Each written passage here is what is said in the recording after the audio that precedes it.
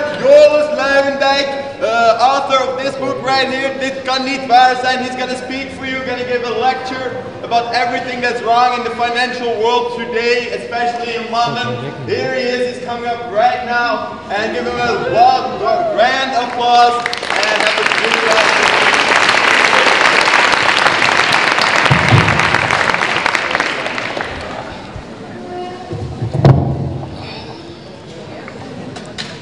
So, thank you very much for having me. This morning I woke up in Roosendaal, which is one of those stations you pass through in the train from Brussels to Rotterdam, where yesterday I gave a lecture. And actually the reason for me for coming here, or deciding to come here, was apart from, of course, being really curious about you people and the level of seriousness and determination and all that sort of stuff, just curiosity. It's also, a few days ago I was in Terneuzen, which is even further away from here, and there a number of teachers, secondary school teachers, were complaining about exactly the processes that I think this demonstration is aimed at. So forever upscaling amoral management, that is managing according to targets rather than quality. And I would have these teachers would tell each other, well, I started out, when I started out we had a school of 19, I'm now working in a school of 2,500. And every morning I ask myself, why have we done this to ourselves? And then his colleague said, yeah, but I think the tide may now finally be turning. Look at what's happening in the Maagdenhuis. And so it makes you realize that the sort of effect that events like this have on far out regions, at least for Dutch people, 200 kilometers is the end of the world, Terneuzen. So it is not going unnoticed, what you're doing. I wonder, how bad are the acoustics? Good. Pretty bad. Pretty bad, as in you didn't even hear me asking about the acoustics, or?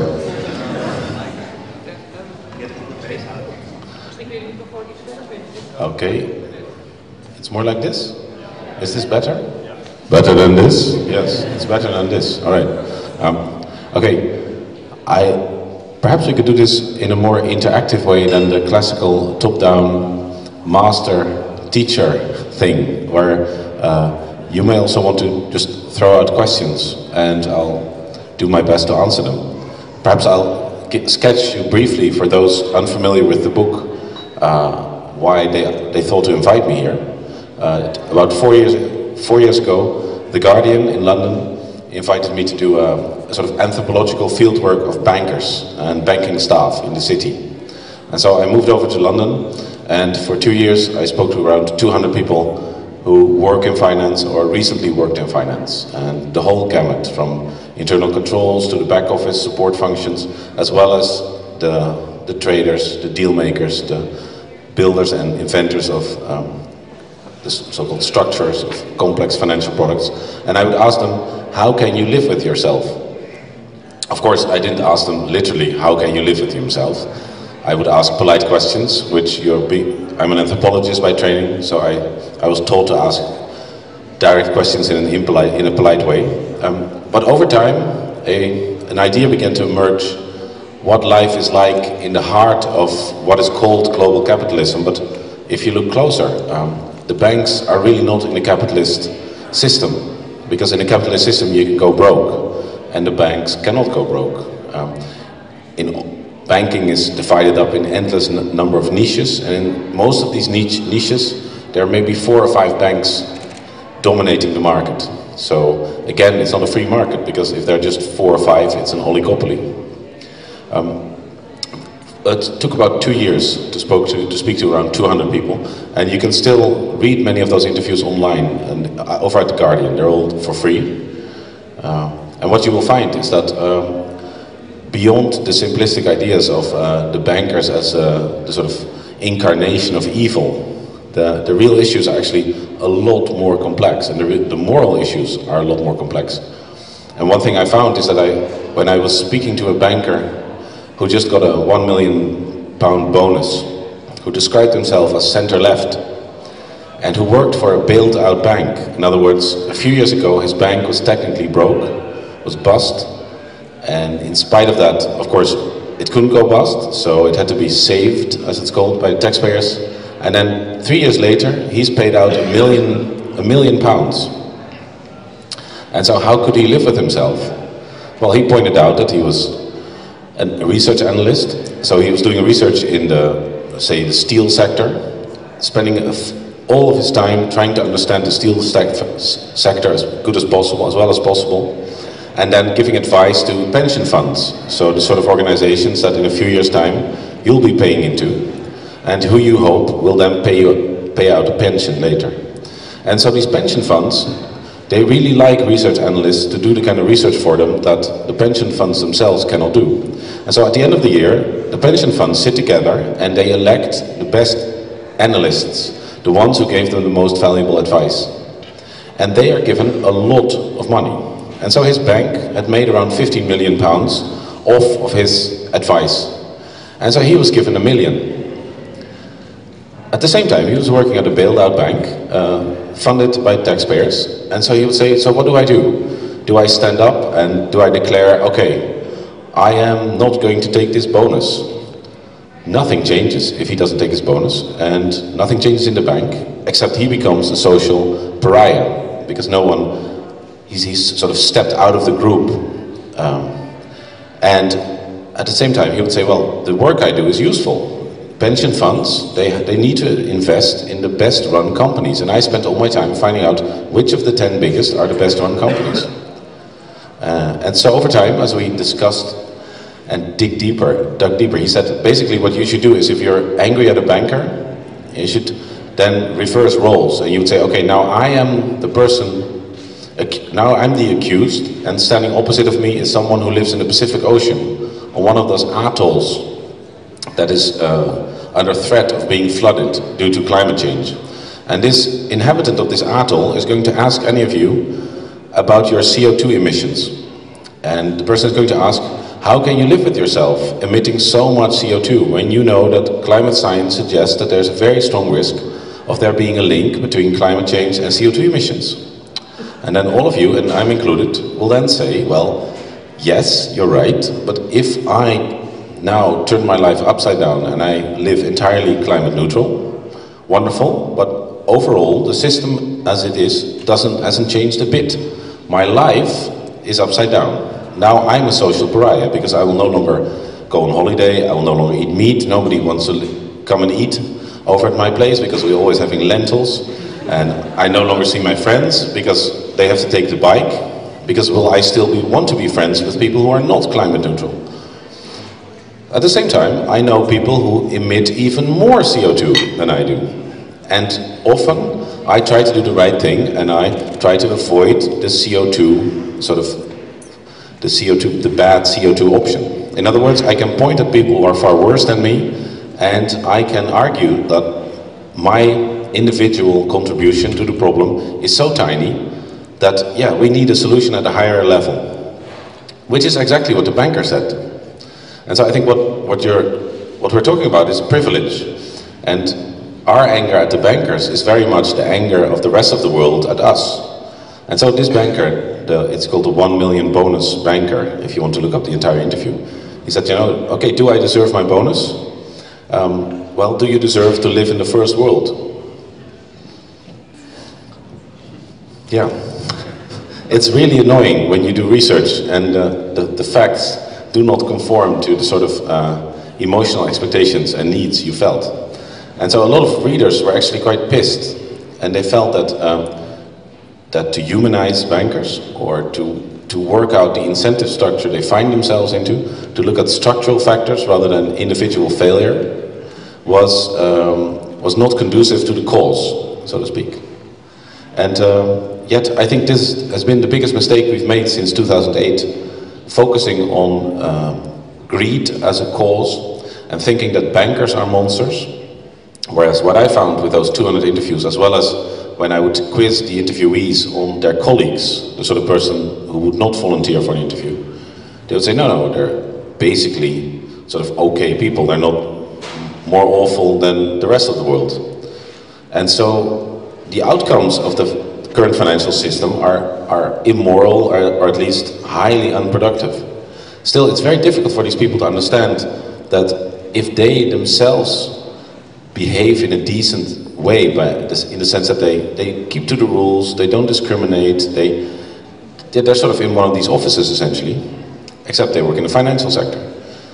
And then all of us being really angry at them, saying, look, the outcomes of your work are really immoral.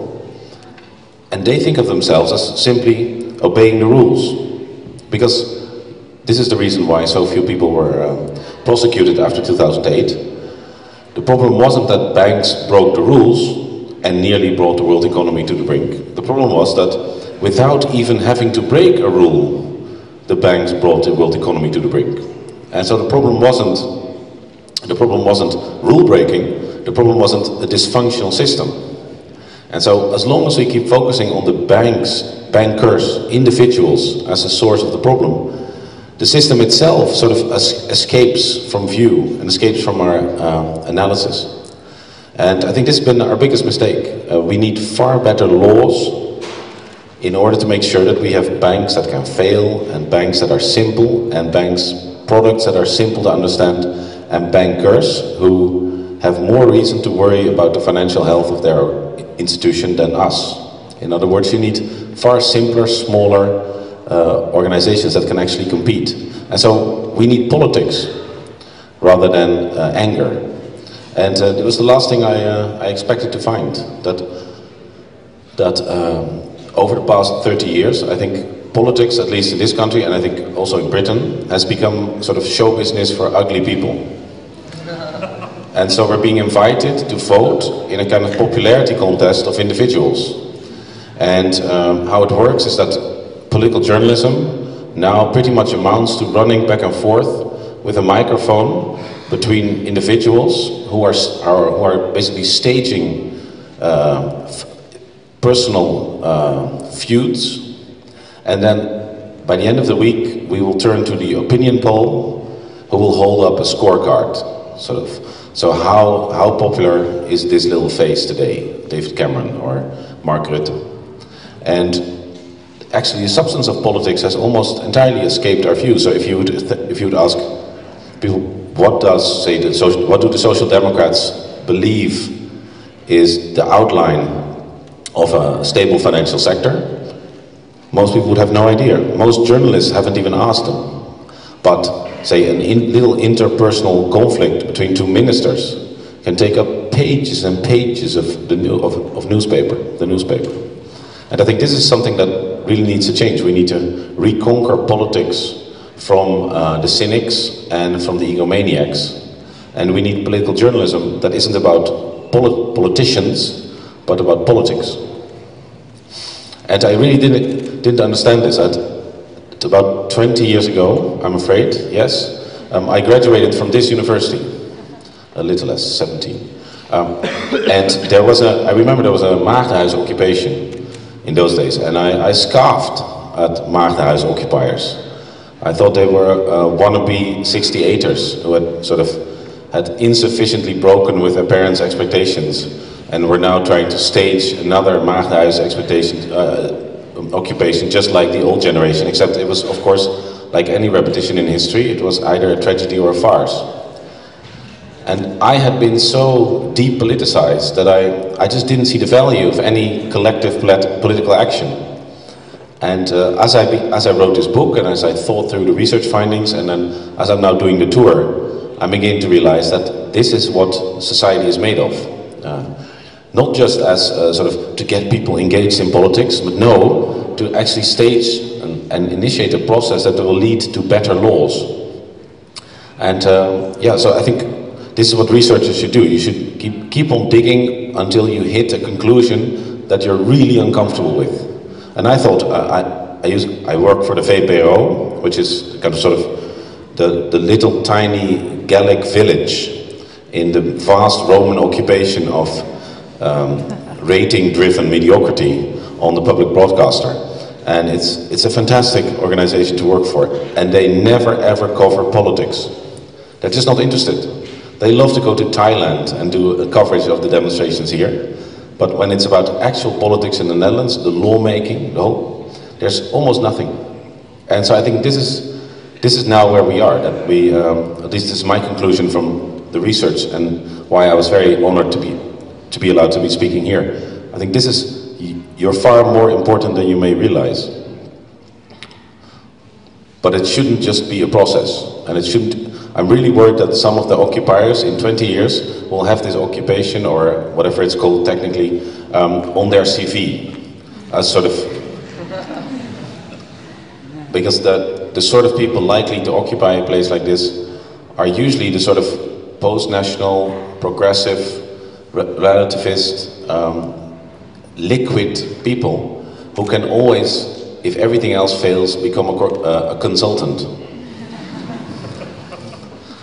And this is my big test, is whether, if you look at somebody, is this somebody who, when all else fails, can still become a consultant? And so, everyone running this university is liquid. If everything else fails, there are plenty of consultancies advising institutions for higher education on the next big reorganization.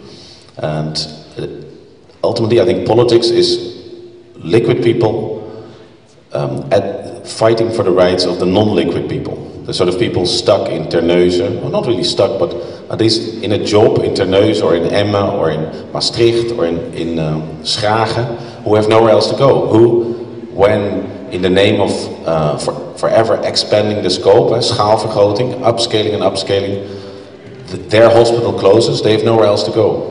And I think it's very tempting for journalists over at The Guardian. We are also, all of us, post-national, liquid, highly educated. We can also, all of us can still become a consultant. To sort of join ranks with the bankers and the consultants and everyone else who is imposing the logic on this university that this demonstration is against. So that's sort of what I had prepared in the car on my way here from Dusty Roosendaal. Why don't we turn it over to you? The question has to be short. I'm sorry, I love long questions, but since you don't have a microphone, you have to keep it short. I have a microphone. No. No, I'm not giving it to you. No, sorry. No, if I've learned one thing, no, I'm not giving it to you. No, seriously. Yeah, please tell me your question. No, I'm not giving it to you, because a question has 3 lines. 1, how wonderful to be here. 2, my question is about. 3, my question is.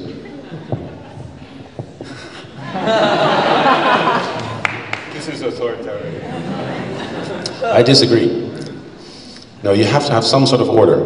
And if I hand over the microphone to you, unless, of course, let's do this democratically. My question is, I think you're leaving out the media thing. I've been here for a month now, and my problem is that people think that what is important is that how the media thinks about them. And they put down their actions as if they have to satisfy the media. Could you give an example? Yes, I was banging with a coffee pot against the police door last night. And they said, don't do that because you might get bad media attention. And who is they? Well, let's not get into that. My fellow action people. And the only thing I could say was, I want to live honestly. I want to do what I think. I want to teach the way I want. I don't care about public opinion. How much is public opinion influenced by fear and these banking systems? That's what my question is. The degree to which public opinion is informed by fear. Is that If you want to put it into a one-line, go ahead. Okay. Yeah, that's the thing. If you work in media, ultimately an article has to have a headline. And so you will have, it's wonderful to have lofty principles, but if you have to operate in an environment where you have to fight for your reader's attention, and that reader can choose between 100 articles, you have to do something to sort of alert your reader, and that's a one-liner. And so I have found that it is more useful to work within the constraints that mass politics imposes than to retreat on a kind of little island of purity, where you may think of yourself as wonderfully untainted, but you're completely ineffective. I think if I hear you say, I don't care about public opinion, but I mean, the whole point of changing a system is the long march through the institutions, which has to be supported by public opinion. I think you need to reach out and make your case to public opinion, rather than engage in symbolic acts that may feel really well, but have no effect or even have a negative effect. But the world is controlled that way by people who have no expertise. The one thing that is missing in this society is people who understand quality. How can you create those people if you make a university which doesn't create quality? I could not have put it more precisely. I think this is exactly the problem. And this is what has driven my entire career, is to try to produce information that was driven by a sense of quality rather than cheap shots and cheap scoring. And I think this is what is so deeply worrying about the universities. I was in Erasmus, at Erasmus University last week, and so the teacher looks like this, or like you, and I look like this, and then the students were all wearing ties. I mean, they were 21 years old, and they were wearing ties, because they were already trying to conform as much as they could to the demands posed them. They all had this idea planted in their heads that the highest attainable for a human being is to go to the city and work for Goldman Sachs. And I told them, well, that means 6 to 8 years of working 80 hours a week, never seeing your girlfriend again, so you might as well break up with her now. That saves a lot of harm. It's like a sect. You will not see your friends for 6 to 8 years, so all your friends who are not in the city themselves, or in consultancy, or in corporate law, working the same crazy hours, will stop seeing you. So in 6 to 8 years, your entire social circle will be your professional circle, and you will have been brainwashed. And they go like, whoa, nobody ever raised this. They're already in the university, in the middle of a corporate-driven, financial institutions-driven process of indoctrination. And so I couldn't agree more that we need teachers who help them turn themselves from customers and mindless producers to citizens. So yeah, so I think we see the same point on the horizon. And if we disagree, it's on tactics how to get there.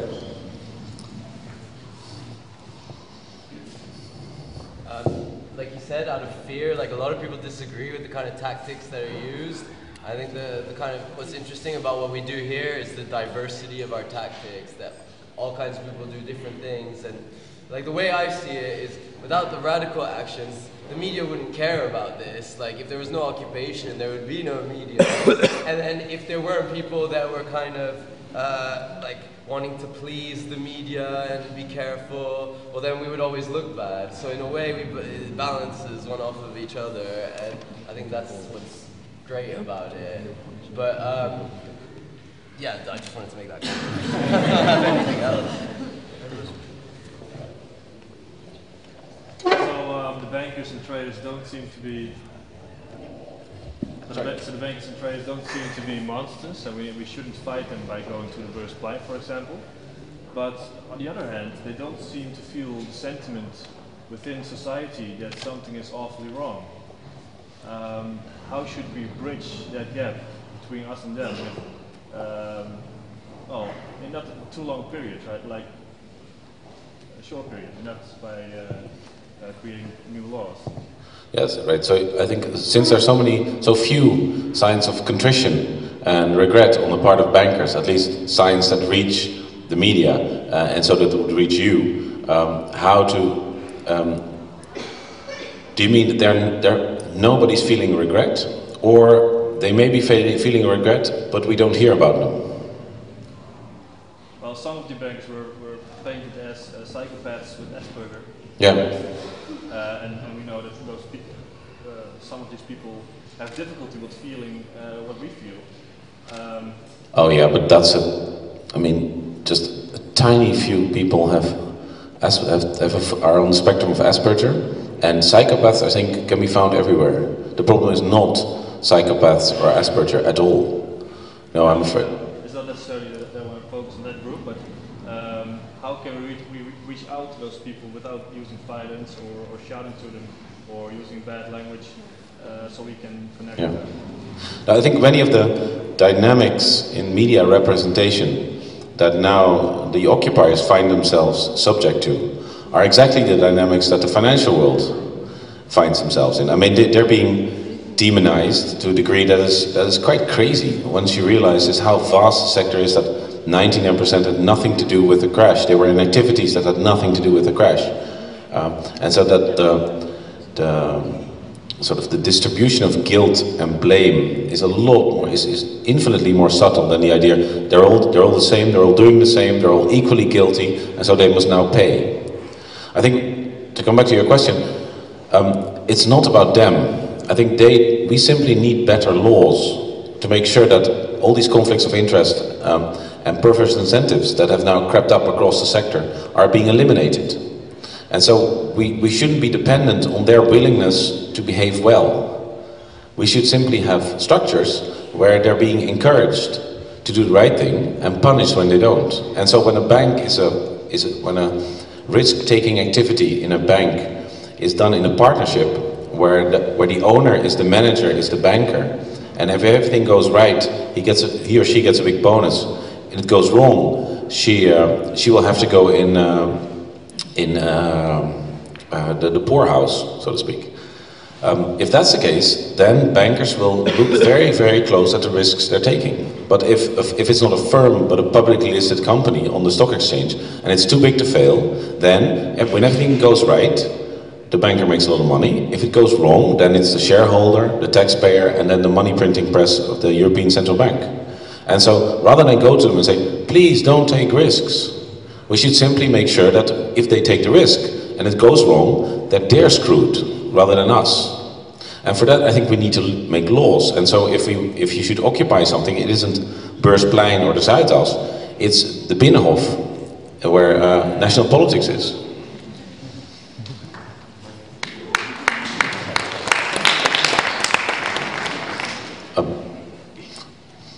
So we just make a sort of a Mexican wave from there on? Yeah, please. So I saw your take on the interview, and from that I gathered that national politics is not enough, because if you change it on a national level, the other banks from overseas will just come in and steal all your banks and cut them up.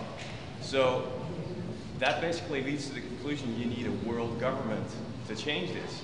But that's what I don't want at all. So how can we get out of this on a global level without having a global institution to enforce that?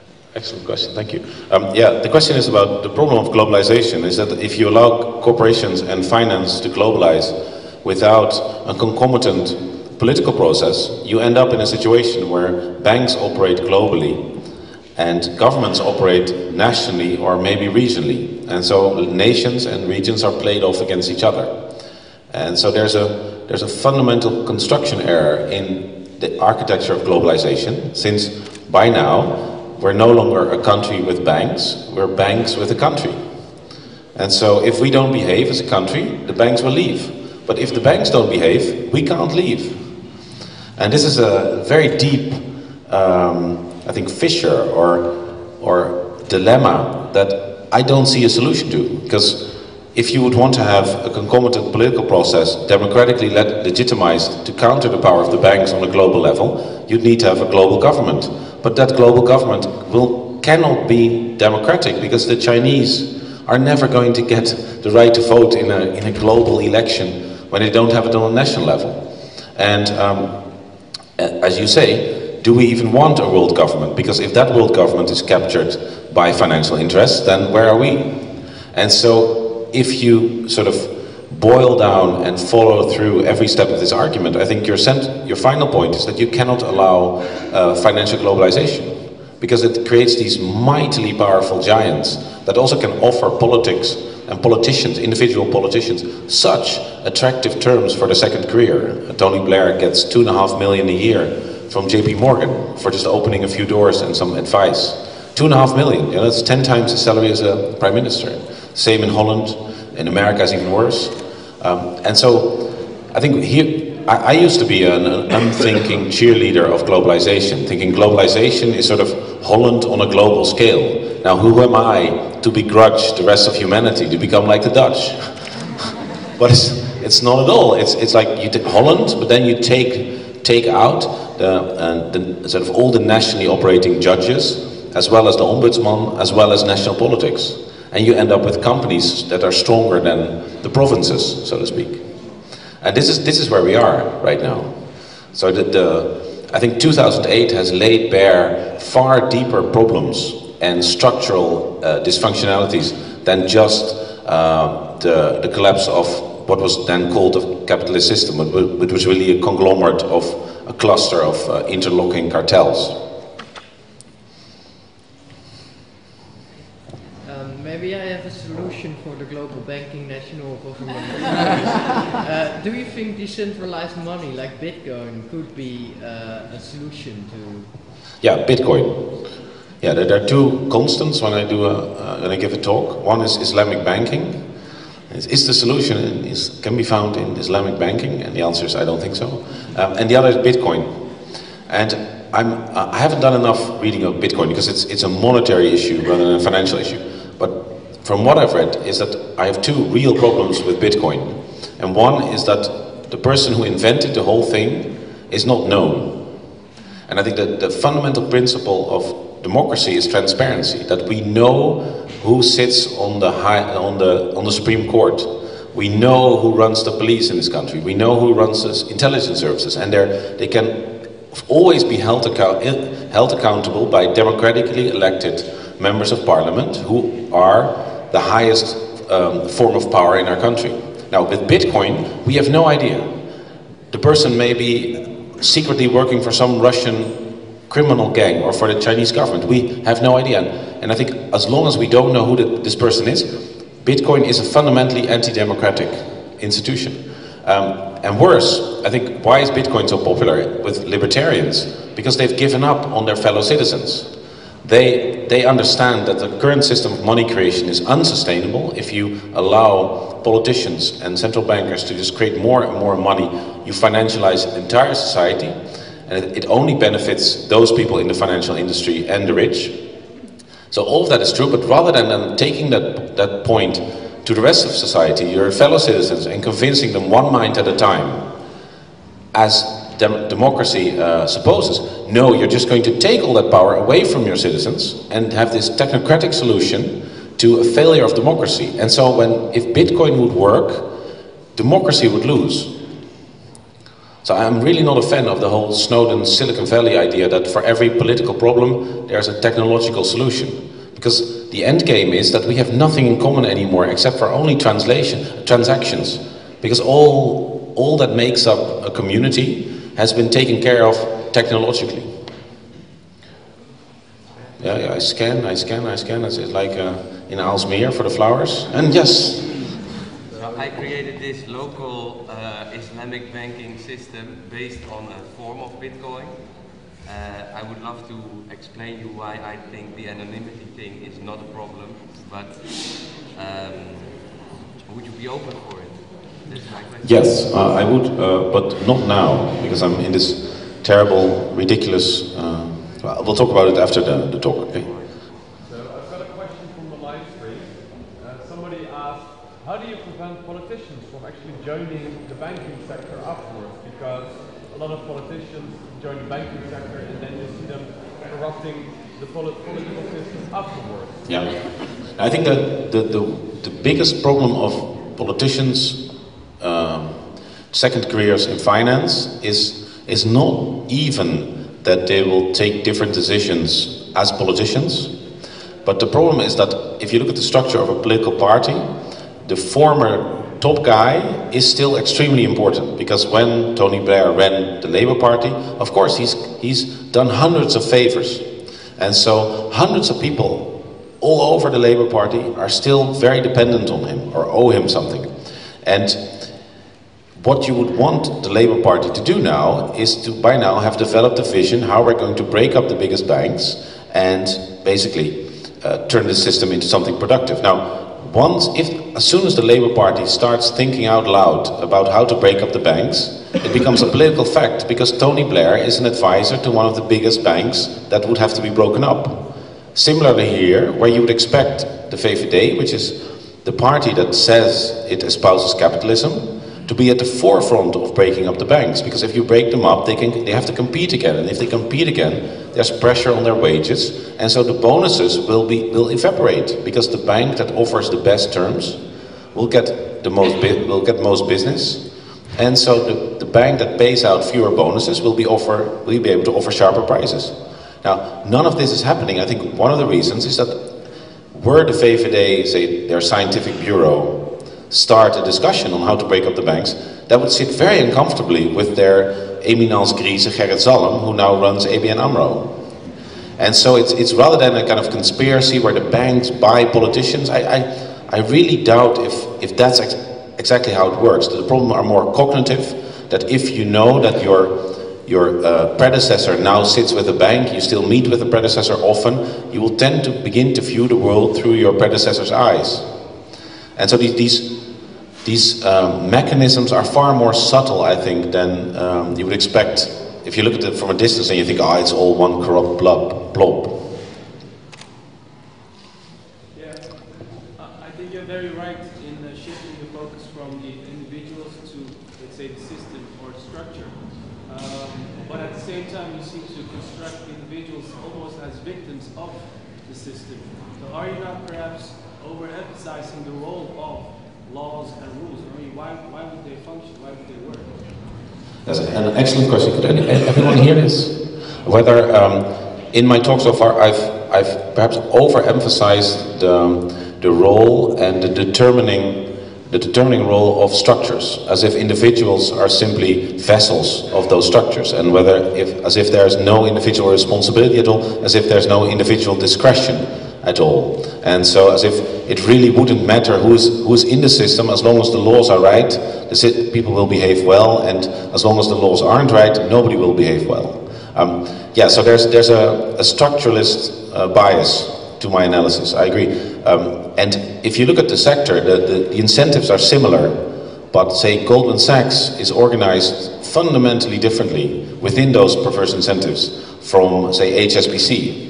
And so the role of risk management, so the people have to watch the sort of capital buffers, to put it simply, over at Goldman Sachs is done far better.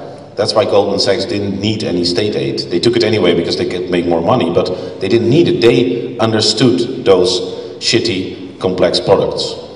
They actually know, that's why everybody in the sector wants to work for Goldman Sachs, because everybody knows they are the smartest. So there are deep-seating and far-ranging differences in culture between banks, in spite of the fact that they're all working within the same structure, which already, I think, bears out your point. My argument is that if we have to allocate energy, and we have only a few battles to pick, then the battle to change the system will be far more productive than the battle to change individuals within that system. And so I would really like to see a lot of people go to jail for criminal incompetence. And I think such a case could be made, that if you continue to take over banks across the world, you ignore all the warnings from your IT people that it's becoming unmanageable, and then the whole thing crashes, that your behavior could be put down to criminal negligence or incompetence. But that will soak up so much energy and will focus so many people away from the systemic failure onto individual failure. And so this, I think ultimately, again, in tactical terms, we're better off focusing entirely on better laws. My question sort of follows up on this one. I mean, the triangle that you sketched, individual psychology, the system, and the institution bank. How can we compare that to the institution that we're getting at the university? Not as something that's contrary or opposed to the bank, but something that works in a similar way. We have people with psychologies working in that can be saved from this idea of individual failure by structure within the university system. And because we can't look at the university system that is individuals in the university are not just victims of the system because they have, this is partly they've made it thrive the way it has. How can we, here this is a start of changing both individuals and structure, hopefully, but do you have anything to recommend how your analysis of the bank can work in the university system and what makes it a different type of institution from the bank? Thank you. So the question is about similarities and differences between the organizing principles of the city and banks in their current state, as well as the university. And so, yeah, I'm struck. I've been giving these talks in all these villages and towns about the city and about how JP Morgan is organized. And then when I turn it over to questions, people go like, yeah, I've read your book, but really there's no fundamental difference between all those perverse incentives in the city and what I run into in my hospital, or in my secondary school, or in my primary school, or in real estate, or in corporate law, or in even cycling, professional cycling. Every day somebody raises their hand in one of those talks and mentions another field where they say, actually, this forever scaling up, where organizations operate on an ever greater scale, according to amoral principles, targets, numbers, where in management, people in management no longer couldn't even have substantial inhoudelijk, substantial knowledge of what actually goes on the floor, because there's so many layers of management between them, and the activities are so different. And so they operate according to an amoral logic. They are meant to put out 60% of students after 4 years, and so they will lower demands until 60% passes. And so I think that the similarities seem to be far larger than at least I expected. When it comes to solutions, I think that was your question. Yeah, I have no idea.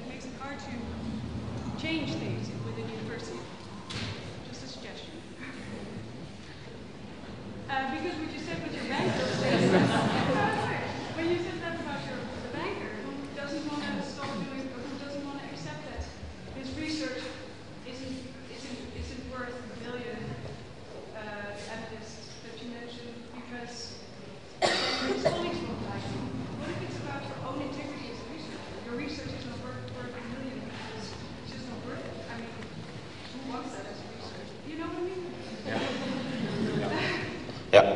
I do. Thanks.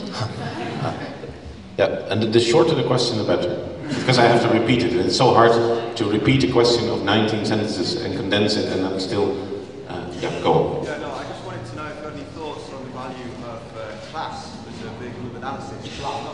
Class. It's not a very trendy word in academia or wider society these days. But yeah, if you had any thoughts on the use of that and getting to the basis of the problems that we're facing today. Yeah, the issue of class.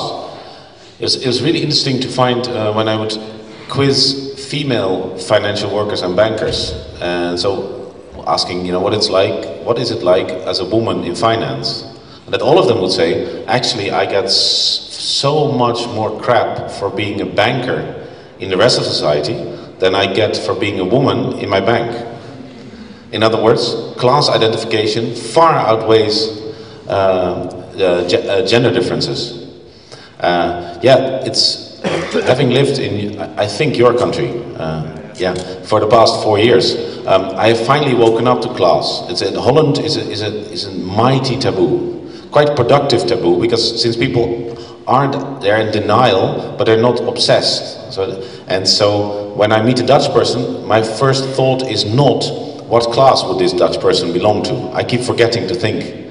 Whereas in England, of course, this is the little dance we have to do first. Did you go to private school? Did you go to state school? I think class is a big thing, but since we now have this meritocratic system, what happens is that as soon as somebody in what you might call working class identifies himself or herself as very talented, the meritocratic system will immediately pick them up and make them join the post-national class. And so I think it's become harder than ever for those in what is then sort of underprivileged or working class or the sort of lower strata to organize themselves, because the sort of talented people likely to lead that organization can find really lucrative jobs when they go over to the other side. And so this is, I think, the meritocracy and the darker sides of meritocracy and the whole ideology of meritocracy I find are perhaps right now more important than just class, because there are ways out of your class. Yeah, well, what I meant specifically is you talk about rules as a solution. You need to change the rules, you need to change the laws. When I look at things, it's that we're going back to structure. It's not the people working in the banks who are the problem. They're suffering from the same things we are in a way, but in a different way. The issue is the people who own the banks and the politicians or above the politicians are actually of the same sort of class. And this is why the rules or the laws don't change. Because people from the same, we need a democratization of interest groups making these laws, and then I see that class is kind of a dirty word, but to me it seems that class is like a very particular analytical tool that we can use to understand why the laws are changing, why the rules don't change. Yeah, point taken. On the other hand, if you look at the ownership of the banks are to a very large degree owned, that is their shares, by pension funds. So a lot of people who sit before their television sets seething with anger at Goldman Sachs probably don't realize that their pension fund has actually not only invested in Goldman Sachs, but in the quarterly meetings has told Goldman Sachs to make more profit, or they will sell their shares. And so that there's a really good group of rebels over at LSE in London. And their main point is, and their organizing principle is that if the 20th century was about organizing labor, the 21st century is about organizing capital. And as long as we keep focusing on labor and the sort of old class structure, and we leave capital aside, we'll never quite capture the reins necessary to truly change things. And so the degree of power that, especially in Holland, where people have saved up so much in their pension funds, if everyone who was participating in a pension fund would act on their anger against the banks and against arms traders and against the fossil fuel industry, that could make immense changes.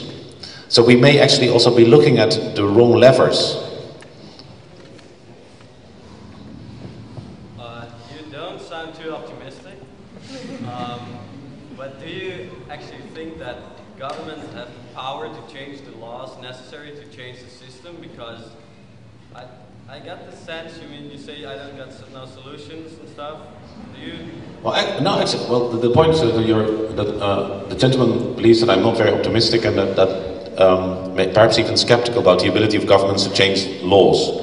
No, I lived in Egypt for 4 years. There, I'd be pessimistic, because if you identify a wrong in Egypt, basically you can join the armed opposition. Then you're going to be chased down by the horrible security forces. You can join the peaceful opposition, then you go straight to jail, or you can join the peaceful opposition and then move into exile. There is no political process there, and so I'm actually very optimistic because we have. Now you have to decide: are you going to sit like this, lady, or like this? Because the person behind you. So. I think this is what democracy is. It is books, it is occupations, it is slowly changing public opinion. And I am entirely confident that a sovereign government can change laws. I mean, ultimately, all the lawmakers are elected by us. It's just going to take a lot of time. If you, my favorite analogy is with emancipation and women's rights. If 150 years back, you would have gone up to the first suffragettes and you would have said, what is all this stuff about women's liberation? A, are women even capable of becoming a university teacher, a doctor, a lawyer? I don't see any female lawyers. And then how is it going to work? If women have 10, 12, 15 children and they're both going to work, who's going to take care of these children? You're utterly unrealistic. And then 150 years later, at some point we have a First World War, all the men go off to fight, suddenly turns out women can run society quite well. So damn, then we're going to have to give them the right to vote. And so step by step, new technology like the anti-conception pill again changes. And so I think having a smartphone induces in people, it seems, a desire to fix something by 2 taps. We have to have an instant solution. And that is not what democracy is. Democracy is this endless, messy, crappy, mind-blowingly frustrating process where everybody comes out crying. But ultimately, after carefully exhausting all the other alternatives, we do the right thing. And so if I can give one more example about Egypt, when I used to live there, at some point, the problem with donkeys became almost unmanageable because so many Egyptians living in the countryside would take the donkey to the city. And I don't know if you have any intimate knowledge of a donkey, but donkeys tend to stop in the middle of the street, they tend to shit. And so in a city of 20 million, without any planning to speak of, donkeys are disastrous. And so Hosni Mubarak, from one day to the next, does the right thing. He bans donkeys, which was the worst decision possible. Because without a process of years of looking at unintended side effects, about getting buy-in from the population, raising awareness of the necessity, helping people who used to take the donkey find different forms of transport. If you just impose it technocratically, authoritarianly, it doesn't work. And so within a few weeks, Hosni Mubarak has to rescind his order and then blame someone else because he's a dictator. And so there's many of the phenomenon that make people despair of democracy is a sign that democracy is working well. Is that we drive each other up the wall in frustration, but that means that we're engaging and we're ultimately, I think, weeding out the worst ideas.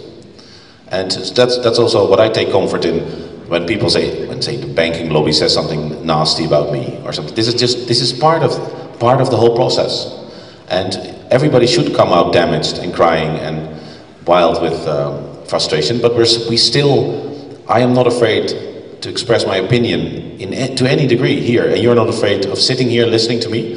That is unthinkable. I mean, 90% of the world population has no such privilege, and all through history, nobody ever had that freedom. And so I'm not pessimistic at all. It's just, we're going to get a better financial system, either because it collapses on us, and we can simply no longer print money and our way out of the problem, or we're going to find a better system before this happens. But the system itself is unstable and will collapse. And I just hope that we have enough time to erect an alternative so that when the political window of opportunity opens, we can move in. Yeah, a while ago there was news that at the SNS bailout there was a sort of 700 million euro mistake in the books. And meanwhile the newspapers and politics were busy with the PVD politician and his small wine thing. So my question was, there didn't really seem to be a public outrage coming out of the news, either because it's not sexy or I don't know. But if we would be angry, if we would know about it, who would we have to direct our anger to? Is it the bankers or the politicians or the Raad van Toezicht, or where should I go? Yeah, where should you go and take your anger? Twitter. That's what most middle-aged men do. It's difficult because anger can be extremely useful if you have a program. So if you've identified a dot on the horizon and you have a roadmap to get there, then anger can drive you forward. But without any such point where to go, basically you're going to go round in circles. So this is what we are. I think we are at a point where say the political entrepreneurs will be beginning to see the value in formulating a program that will address these issues. 100,000 people in the Netherlands have now gone to a play about money creation. If I tell people in London that 100,000 people have gone to a play about money creation, you know what they ask? They ask, what is money creation? You see, and then they think, wow, these Dutch people are like Germans, they're so serious. Piketty comes over and sells out Paradiso faster than the rock bands playing on the other days of that week. And 100,000 people have signed a petition to force our parliament to discuss the system of money creation, meaning they finally have to read up. And so I think a few more of this. My book is now selling insanely well. Wherever I come, there's this broadly grinning bookseller of an independent bookseller thinking, I cannot believe how, thanks to your book, my first quarter has already black numbers, and we still have a month to go. If 10 years ago you would have named all these things, a book about finance that sells so well. So at some point, politicians, individuals are going to see the potential of moving into that space.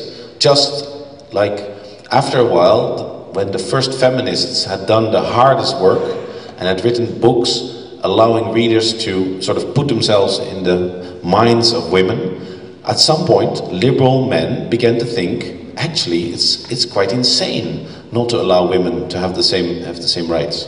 And so I think that's where we are right now. We're just before that point. And Elizabeth Warren, for example, in America, is a good example of somebody who has already built her career around this. And I think we in Europe have far better chances of pulling this off because our media aren't as corporate as they are in America, and we don't have this system of institutionalized political corruption called campaign financing. So I think we have a better chance. To put it in a one-liner, you support a university that frees minds. It's freeing minds. What in your life did help you to free your mind? Was it a university, or was there another educational process, or was it something really else? What helped is a personal question. What helped me free my mind? I think the UvA for me was fantastic. I hope nobody under 18 is watching the stream, but what we used to say when I was a student here, that this is a Kant university, but it's my Kant university. And it's the best Kant university in the world.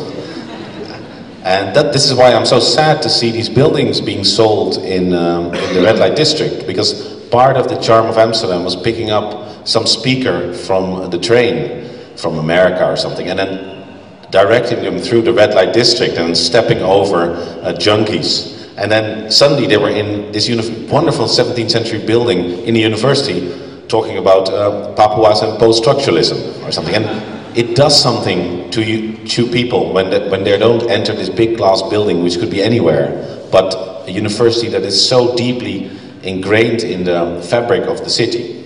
And so I love the UvA because basically it was just chaos. You could do whatever you want, and so most people decided to do nothing. But me being a nerd, I could just go and take whatever class I wanted.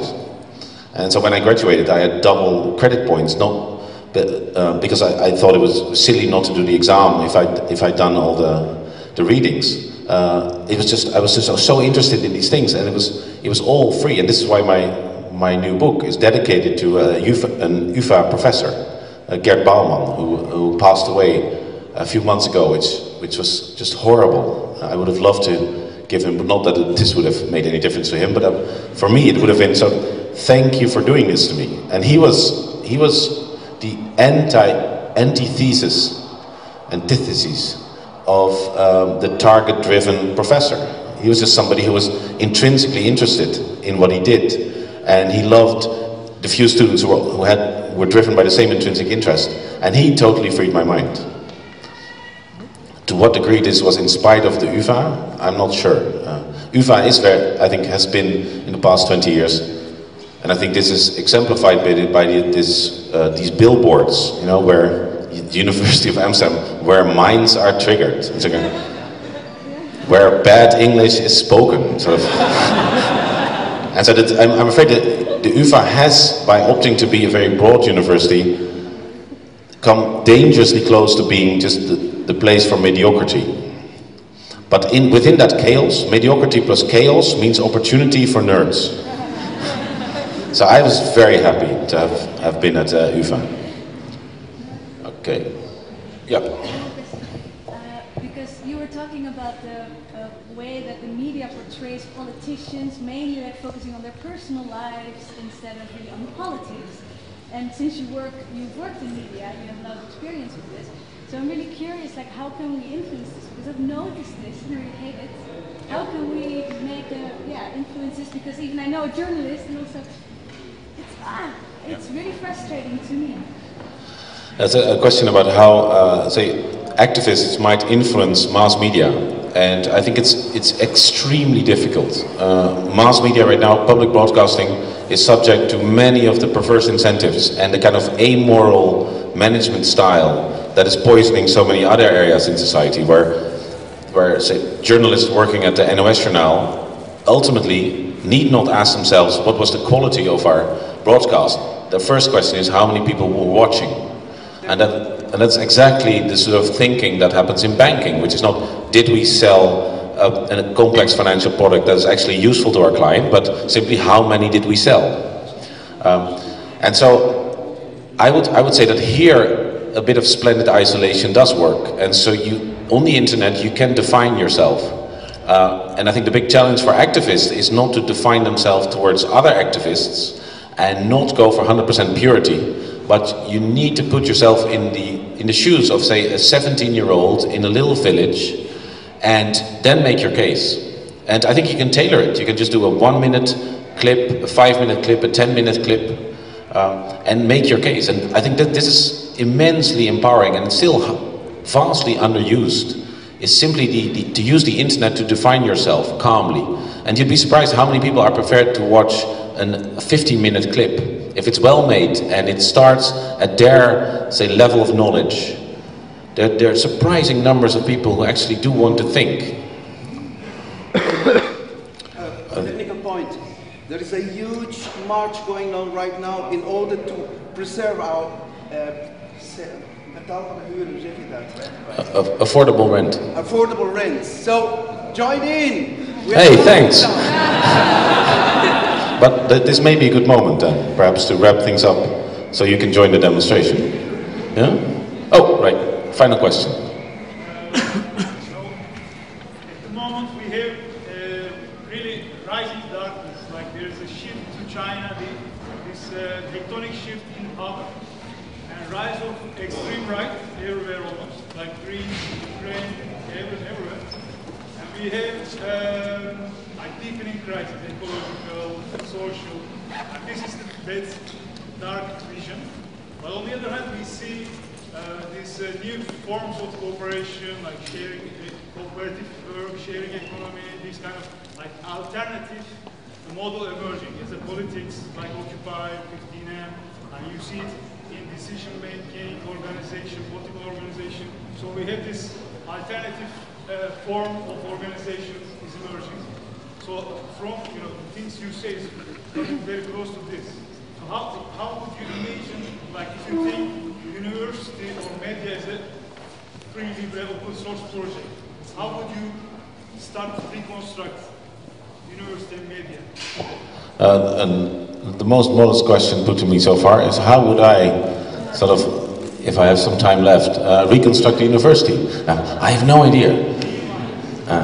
I think this is against, I think, again, the smartphone instant gratification idea of just a few bullet points and get it over with. Whereas everybody knows that the big battle is not in drawing up the plan, but then getting it implemented. And so I have no idea. I think ultimately what the university needs to be, in my view, needs to be a countervailing power in society and countervailing to business. And so I think a university that is dependent financially on the banks that it's meant to be a check on, that is just crap. It's nonsense, and everybody knows this, but somehow it's not acknowledged. And so to free the university from the clutches of both financial support from third parties, there the geldstroom, and then the question is, and this also goes back to public broadcasting, is public broadcasting simply a product like shampoo, and so it needs to have an X number of clients, of consumers, customers, to justify its existence, or is it more a good?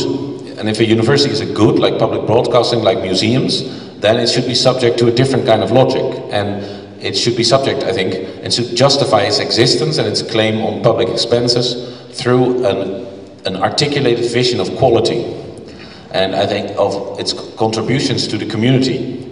But then community makes people very uncomfortable. And so I think one of the reasons why public broadcasters and universities find it so difficult to justify their existence on other grounds than efficiency and their contribution to economic productivity is because they're so loath to define themselves according to these qualitative criteria. And I think, yeah, public broadcasting is the same problem. And so because public broadcasting can't say, well, maybe it was just 100,000 people watching this, we still believe that this should be on TV. That's very, but then on the basis of what? What are your arguments? And that has to go back to a sense of, because we at the public broadcaster believe that Holland is a community that also needs to be fed the kind of information that is only interesting for 100,000 people. And this is the big dilemma now, how to justify your existence by other than economic efficiency criteria. Well, thank you very much for sticking it out with me, and good luck.